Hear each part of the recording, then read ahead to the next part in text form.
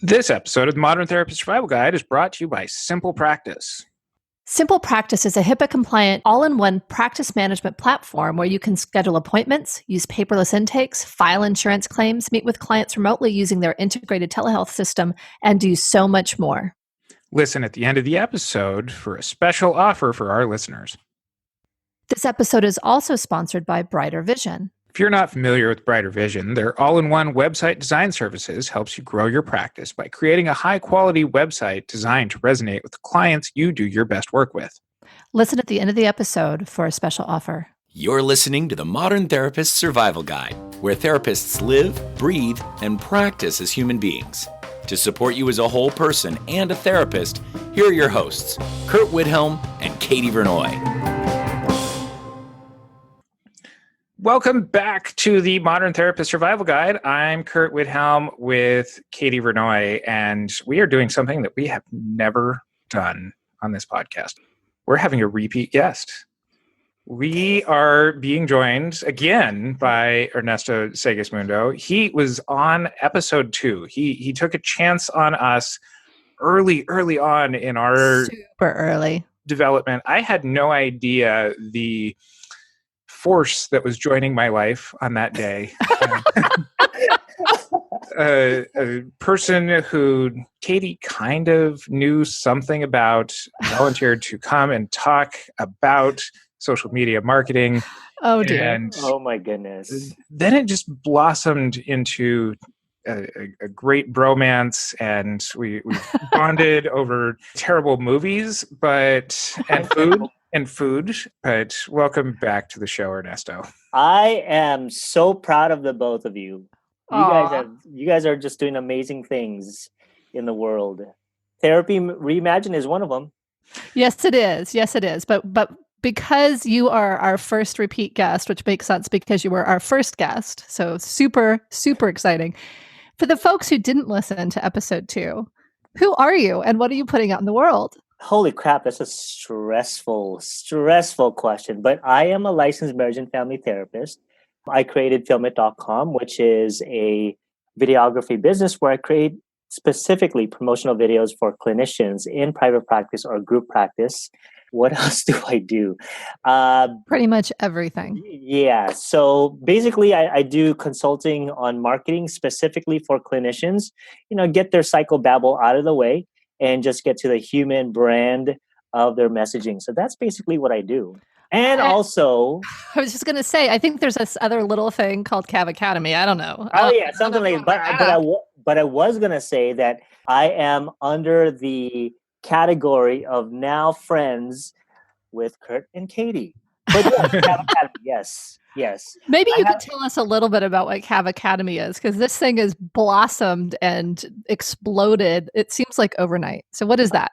Yeah, so CAV Academy. So a few months ago, I thought to myself, I wanted to provide psychoeducation for the mental health community, provide them with CEs and all that stuff, and invite other clinicians to be speakers, right? I do a lot of speaking engagements, but I thought to myself, you know what, why don't I focus on the mental health community and incredible speakers and just host these events from different places, not necessarily the ones that we're so used to, the other conferences that we go in and we get the CEs and then we go home. I thought to myself, why don't I do CEs in places where you can take your family, like vacation spots, somewhere like, I don't know, Kauai, right? Places like Kauai, Anaheim, right across Disneyland, and now in South Florida. So CAV Academy basically is a traveling CE provider in places where you can actually take your family and just have fun, go to CEs classes, and then, network and do all that fun stuff. So CAV Academy just stands for basically not the typical conferences or summits that we're so used to as mental health professionals. Tax write-off, right? Totally. One of your most recent ones that we've been at was the Not Your Typical Psychotherapist Summit that Katie and I were fortunate enough to talk about all of the projects that we're doing on and exhibiting there. This has an energy to it that's really amazing and is really just kind of for that what kind of clinician would you say is really stepping into this? When I first figured out what the not your typical psychotherapist really stands for, I had a client that came up to me once and said, you're not the typical therapist that I'm used to. And I thought to myself, wow, I surround myself with, Katie like you and Curt, who are doing podcasts, who are doing so many other things outside of their therapeutic setting. And so, we come across a lot of therapists out there who are play therapists, who are outside of the norm of what play therapists are, right? We've got musicians who are therapists and they're utilizing their music into therapy. And you guys are doing podcasts, right? So these are some of the fun things that you guys are doing that are just so not so typical, right? And the typical therapists are basically ones who just lock themselves in their office and do the same thing over and over and again. But the not your typical psychotherapist is one who steps outside of the norm, outside of the box of what we believe and what we were taught to be in grad school, which is the how do you feel kind of therapist. But we are the directive. We are outside of the norm. We are doing things that are outside of the therapeutic setting. And we're also brave individuals who are just crushing the status quo of what a clinician should be and would be like. So what I'm really hearing, and I'm just saying this kind of tongue in cheek, but what I'm hearing is these are people who are doing what #modern therapists do. Absolutely. Absolutely. And, I think before you press record, you mentioned something that's very interesting, is that I think this is the reason why we all are attracted to each other, is because we don't fit that mold. We may have different names, right? But we just don't fit that mold. So yours, Therapy Reimagine, modern therapist, #modern therapist, and not your typical psychotherapist. We're all the same on the same boat. We are all the same. We've come together. Mm-hmm. Mm-hmm. I know that we move into this space and there's the people who are super excited about it. And then there's the people who say, you can't do that. The haters. There are so many haters. Oh my gosh. Haters. Tell us some haters stories. Yeah, I'm not going to go into detail with it, but protect the innocent or the protect. No, the it's because he recognizes that this is only a 30-minute episode. Well, right, exactly. Exactly. But I've come to realize that when I was doing something different, like for instance, when I started doing promotional videos, I had many people going, well, you can't record this, you can't say that, you can't do this, you can't do that. I'm like, you know what? Shut up. Shut it. Just go ahead and do it. And then if there's something that you need to delete, well, delete it. Right. So that's one. I experienced that like a few years ago doing filmit.com, because therapists are not supposed to be in front of a camera and marketing themselves on social media and using videos. Right. That's unethical. You're diluting the profession and all of that stuff. So that's one. So the haters are actually, I appreciate them a lot. And because it helped me to understand my own fear, my own insecurities, my own fear of being vulnerable with other people, because I've noticed, because I am a recovering codependent, anytime someone criticizes me, it hits me to the core. I mean, everybody can say, 10 people can say, wow, Ernesto, you're amazing. But it just takes one person to say, Ernesto, you're horrible and you're doing things wrong. And I listen to that individual. And so I noticed that many of us clinicians are the same, right? People tell Absolutely. us, right? We are amazing. We're all of these things. And we just need one person to just derail us. And we believe all that crap. So the not your typical psychotherapists also have this sense that they've experienced shame and trauma in a way from other professionals in the field, which is a shame. Like Curt and I had a conversation maybe a few weeks ago about how we want to be advocates for everyone. But sometimes when you become an advocate or an ally for people and you do it and they're still not satisfied, right? So I create a conference that I believe in my heart that is going to be doing good for the mental health profession. But there are just some who just are not happy and will pick and choose or nitpick all of these other things that I'm not doing, instead of just being in the moment and just network and have fun, right? So any of the conferences that I do is basically with that type of energy that you can come and you have an idea. We're not going to shame you. We're just going to go ahead and see how it's going to work for you, just like Therapy Reimagine. That took a way more serious turn than I was expecting here. But to put this into a little bit of context is when we were at the Not the Typical Psychotherapist Summit, and having put on an event before, there's just kind of this experience that you go through that unless you've gone through it, you don't know quite all of the little nuances that go along with it. Mm-hmm. And I, in support and in my joking relationship with Ernesto, leaned over to him and said, I'm looking at your schedule of speakers and I'm offended. I don't know what I'm offended about yet. I will find something. I'm just offended until I find something. And it just speaks to kind of this when whether it's putting on a conference, whether it's doing anything entrepreneurial, of finding that area of support or really following through on your mission and having somebody tell you it's wrong, it's not complete enough, you only did that 90% well, and that's not 110%. Mm-hmm. And really, setting this ever-moving goalpost for really being able to push some of the boundaries there. And I think that's, really something where Ernesto spoke about this a little bit earlier, of when you do move into this entrepreneurial space, other entrepreneurs can be some of the absolute best people to fall in line with because of the amount of support that it takes, and to also be able to lean to each other for that kind of support and that level of vulnerability that that they understand. Mm-hmm.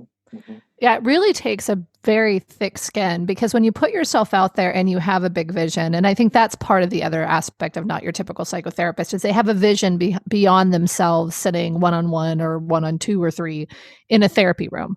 Like it's pulling yourself out of the therapy room, pulling yourself in front of some sort of audience. It could be small audiences, it could be global audiences, but you pull yourself out of that space. And to do it well, you have to be authentic. You also have to be uniquely you. Mm-hmm. And that is so vulnerable. And so you have to have such a thick skin, because when people are coming at you saying you're doing it wrong, they're actually saying you are doing it wrong, because it's you who are putting yourself out there. And I think when you're talking about the codependent, and of course our listeners didn't see it, but I was nodding my head and like, yes, I totally understand. Like the one negative comment, the one person that pushes back can completely derail you if you don't know what to do with that. You consistently keep putting yourself back in the front. You consistently continue to be yourself. You consistently say, hey, I am actively working to not argue or listen to haters right now. I guess more to get to an actual question here, how do you do that? Because I think there's so many of us that have these big visions, this big passion, because of the things that have happened to us, because of the things that make us vulnerable. And so how do you let go of those haters? Yeah, well, some of the things that I've learned from the two conferences that I've done, the 2019 Kauai Retreat for Therapists, which ended up with 160 clinicians from all over the U.S. on a small island on Kauai, and the Not Your Typical Psychotherapist, where we ended up with 130, I believe, and I was just expecting 80 to attend that, right? What I've learned from understanding all of this and doing all of this is that I should not be a person for everyone, because if I try to be someone for everyone, that means I stand for nothing, right? And so what I totally believe in is that when and you and I know this, that a brand should attract and a brand should repel. And when I understood that concept, that everything that I do, it's okay for me to be fired by people. It's okay for people to say, I am not going to that conference because A, B, and C, right? Hey, it's okay. And I'm okay with myself. And the more I understand that, and I'm not there yet, okay, I'm not there fully to understand this, but I'm almost there, that when I understand that I'm not for everyone and it's okay, but if you try to be this all fully inclusive individual that just accepts everyone, and then you become a chameleon, and you placate, right? The whole Virginia Satir, the placater. You're one person to another person, and then next thing you know, you lose yourself. The not your typical psychotherapist movement is all about the person that says, you know what, I'm okay to be myself, and I'm okay if you don't like me. I'm okay if you don't like the things that I'm doing, but I'm going to have integrity, and I'm going to stick to my values. And that's who I am. Lo and behold, sold out both conferences because of that philosophy. I don't even preach about it, but I think it resonate with a lot of folks. In our experience, and I'm fairly confident that you've had a similar experience, is that the people who really grasp onto this are phenomenal. And in scaling a message like this, that there's kind of the energetic entrepreneurial people who do this. There's obviously the people that are, the haters that are never going to be open to this kind of message, but there's a third group there who hasn't thought that this is even an option yet. Mm-hmm. How are we really going to help make this more and more embedded in the field when there's kind of this forced choice of like sit with the cool kids or be a blank slate? I love that question because I think it goes to show that when we continue to keep doing this, so Therapy Reimagine, the Not Your Typical Psychotherapist Summits, all of those things, the people who attend that, they will experience it. And then when they experience it, when people get excited, they talk on social media, right? They become vulnerable. There is a social proof to what we're doing. It's not just you go to the conference and then you go home. They actually talk about it on social media.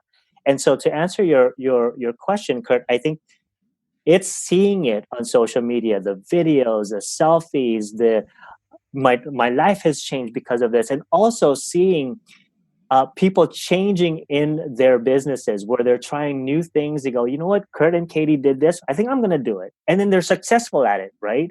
Ernesto did this and I'm going to try it. And then they're successful in it. And so other people are watching that. And then they go, you know what? I went to a Therapy Reimagine conference and I learned this and I met this person and I was so inspired. And then they take that home and they multiply what the conference has ever thought imagined would be. They take it home. And then next thing you know, people are understanding, you know what? I'm going to do that. And it's okay. And you know what? They're still alive. They're doing their thing. People are attacking them, but they're just doing their thing. And I'm going to do it myself. So a long answer, Curt, to your question is just that. Just be authentic, just be yourself and show it off on social media. Show it off with other people because that is contagious.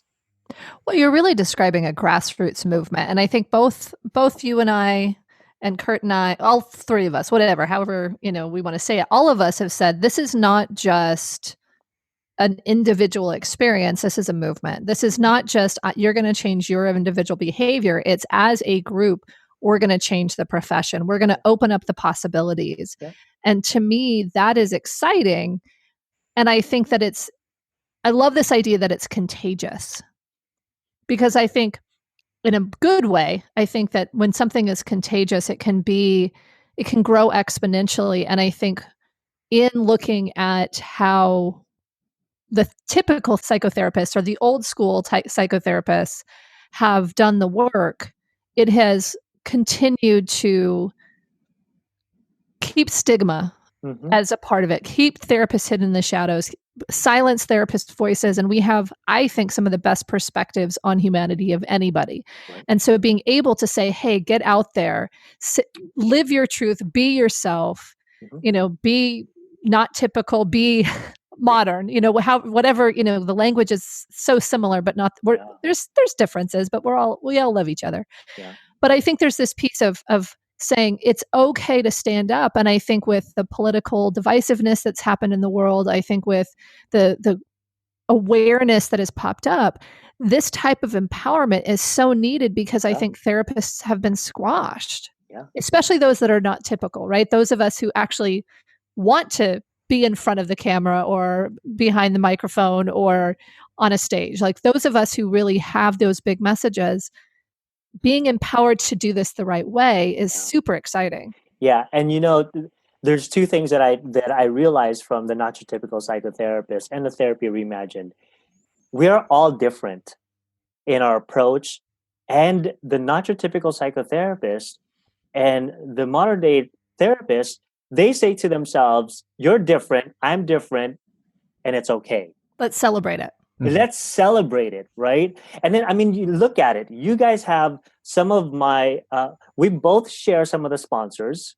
Yes. People that have come to Therapy Reimagined last year came to not your typical psychotherapist, and now they're also going to Therapy Reimagined, vice versa. So they're seeing these two. It's crazy to see super that. Fun. It's fun to go, "Hey, are you going to South Florida? Are you going to Kauai?" "Yeah, I'm also going to the Therapy Reimagined. I just talked to somebody last night going, "Oh, I'll see you at Therapy Reimagined. I noticed you're talking." And these people came to Kauai, not your typical psychotherapist. So it's not about the, "Hey, I just finished my CEs and I'm done." It's about, I want to be there. Yep. Because they make me feel me. They're me. This is probably the first time that I've had this conversation out loud. So this is Curt's internal thoughts now being shared with two of the people that I generally share these conversations with. Trigger warning, everyone. This is Curt's brain spilling out. Well, as I was listening to Katie's last point, I was thinking about, kind of moving into this online social media place. And I've been to a couple of Ernesto's workshops in other environments where he's talked about bringing mental health messages out as professionals. And he does a great job in those workshops. But I think what really is... Wait, hold on. You guys are recording that one, right? Because Curt just gave me a good compliment. It was a genuine compliment. Yeah, and I'm sure this is going up on social media as a testimonial. Thank you.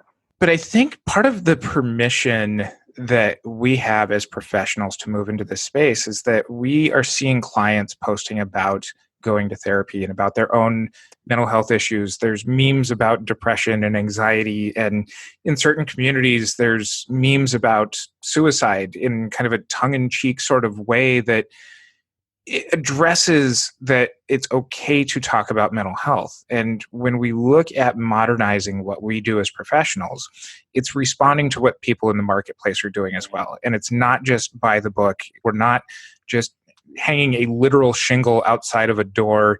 We're not, just kind of skulking away in the back areas of doctors' offices to talk about 1970s problems, but that... Well, I mean, I've had a couple of sessions recently where clients have said, "I messed up on Instagram, and now there's 700 posts of people calling me out on something that I think that they just misinterpreted me." That as social media is both a medium for people to express this kind of stuff, but an area where they get in trouble with it too, that this is an area where we as professionals can model from the professional end that this is good conversations to be having. Yeah, absolutely. And I think that's the way to go as far as understanding how we all can come together. We all can come together as far as trying to figure out what is good for our profession, because social media can bring us so close together, but it also can pull us apart, and it's so easy to be so brave in front of the screen and not have that one-on-one conversation. And it really does, when you get attacked on social media, it doesn't feel good. Nope. Especially when you know that you're doing something good, right? You're on this idea that, oh my gosh, everyone's gonna love what I'm doing. Nope. Once you got that negative chain going, it sparks that negativity within other people. And then they start losing themselves in that type of quote unquote discussion. Yeah. I mean, I think there is a mob mentality that happens on social media pretty fast. And I think to Curt's point, if I was a therapist who was doing nothing on social media and I didn't even have a Facebook or I didn't have an Instagram, and a client came to me with those issues, I would have no idea. And I think being able to model for them, as well as to be able to understand implicitly what it's like to be attacked or what it's like to be vulnerable in that space, is critical for our work as modern therapists. I don't think that we can hide from it, and I don't think it's appropriate to hide from it. I think when we don't have that kind of understanding of how we are interconnected as a society at this point, there's the personal, the online, there's all that. But I think if we don't have that understanding, we're missing such a huge portion of what our clients are dealing with, and we're really out of touch. Yeah, absolutely. Absolutely.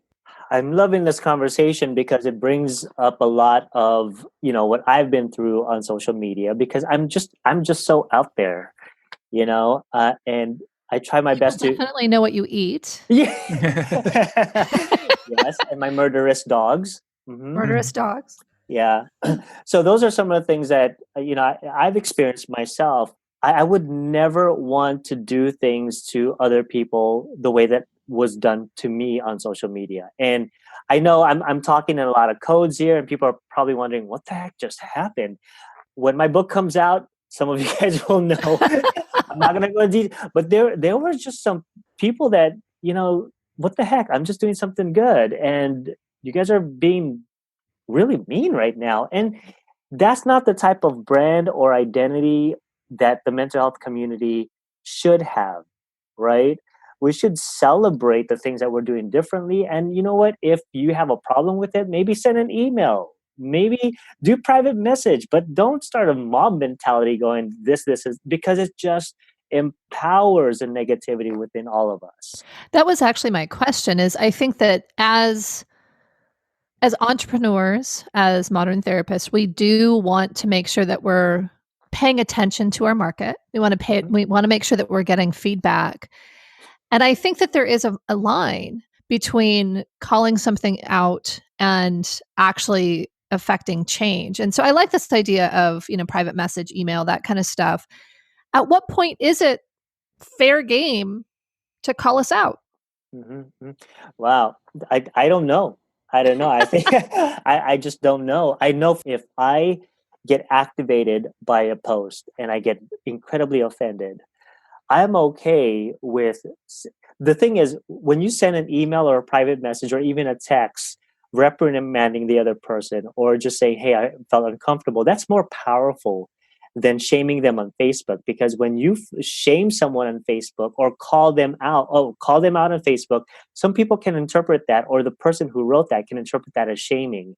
And when you shame someone, they shut down. They don't hear what you're trying to say. They don't hear that, can you please change your mindset on this or your post on this? What they're hearing in their head is, F you. I'm going to continue to do that.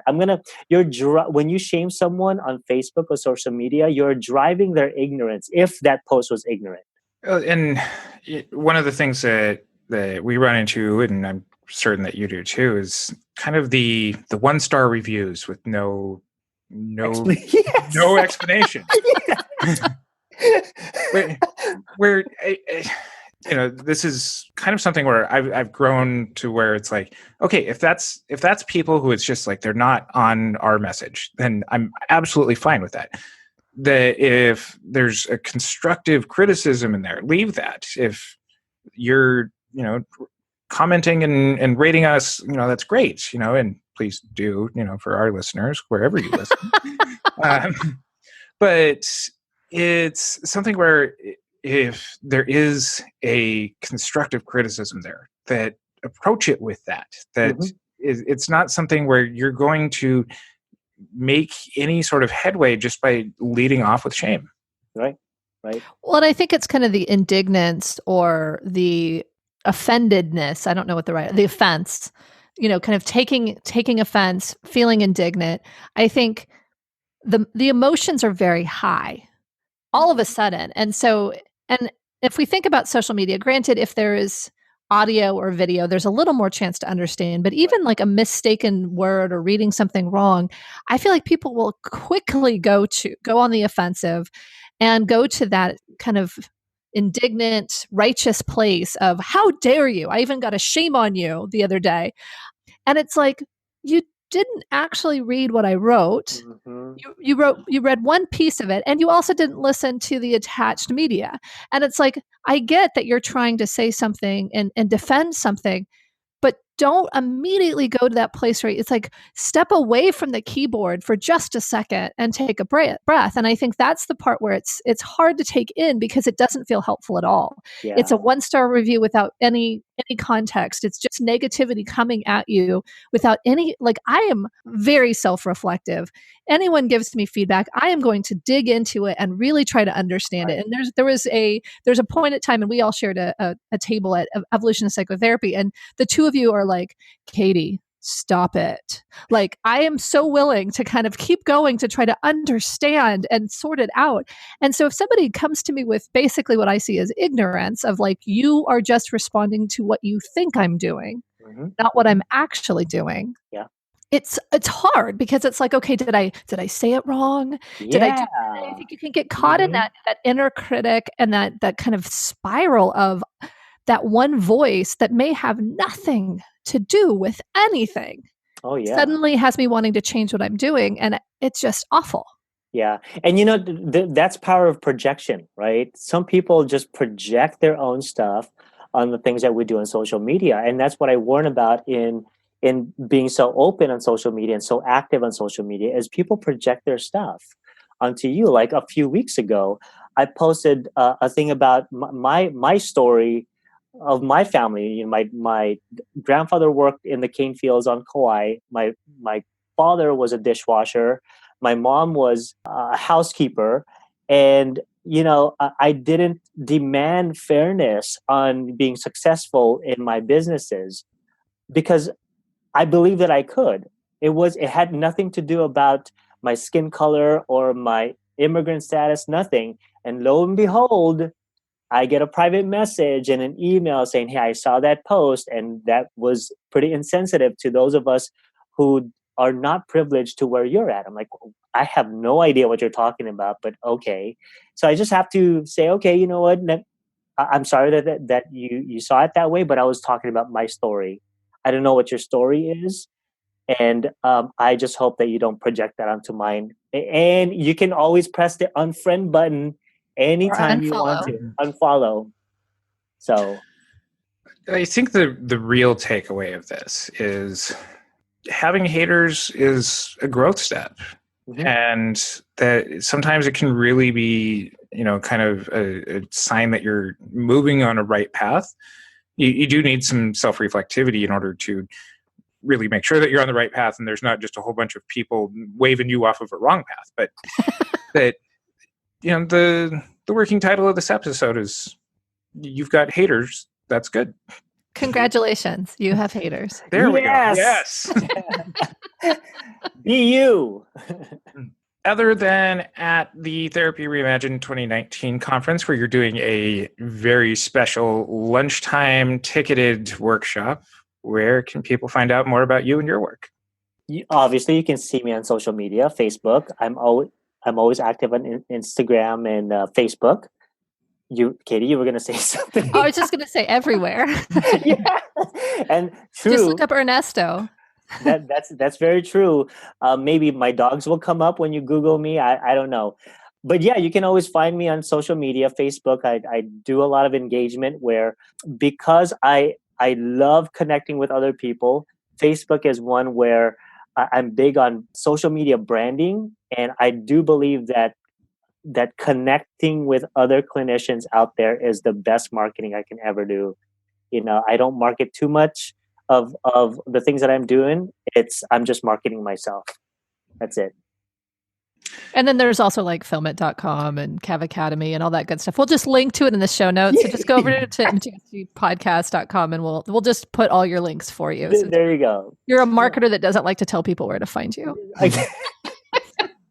And he will be the one that shows up in our show notes as a guest 2 times. Before anybody else does, including Ben Caldwell. You've got the 2-time special gold star, Ernesto. He's making it to the 2-time sole founding member of the 2-time. Wait, how many did Ben? Ben's on the solo tour. Oh yes, I'm gonna rub that in. Ernesto is the founding member of the 2-time guest club. Goodbye, Ben. So our show notes will appear at mtsgpodcast.com. We've talked about the Therapy Reimagine conference throughout this episode. You can find out all sorts of information about that, our schedule, our speakers, all of the fun stuff that's going along with that. We have a couple of days.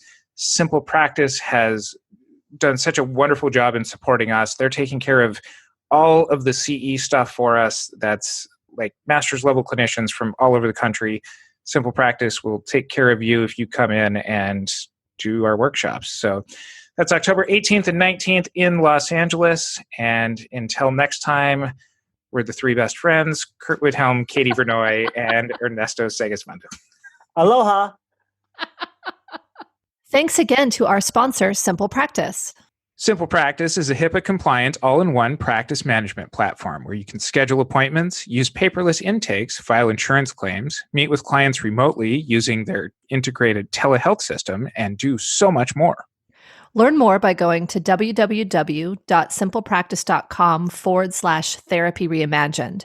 You can also sign up and receive a special promotion of getting 3 months of Simple Practice for the price of 1. Please note this offer is valid for new customers only. This episode is also sponsored by Brighter Vision.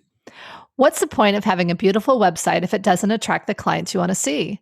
As the worldwide leaders of website design for therapists, Brighter Vision sees this issue happen way too often. A nice-looking website doesn't equate to a successful website. The truth is, your current website might even be turning off potential clients. That's where Brighter Vision comes in. Brighter Vision's team of website designers will create you a website that is centered around attracting and retaining your ideal client, so that you can have a nice-looking website as well as a successful one. To save $120 on your first year, head on over to brightervision.com/therapy reimagined. Again, that's brightervision.com/therapy reimagined. Thank you for listening to the Modern Therapist Survival Guide. Learn more about who we are and what we do at mtsgpodcast.com. You can also join us on Facebook and Twitter. And please don't forget to subscribe so you don't miss any of our episodes.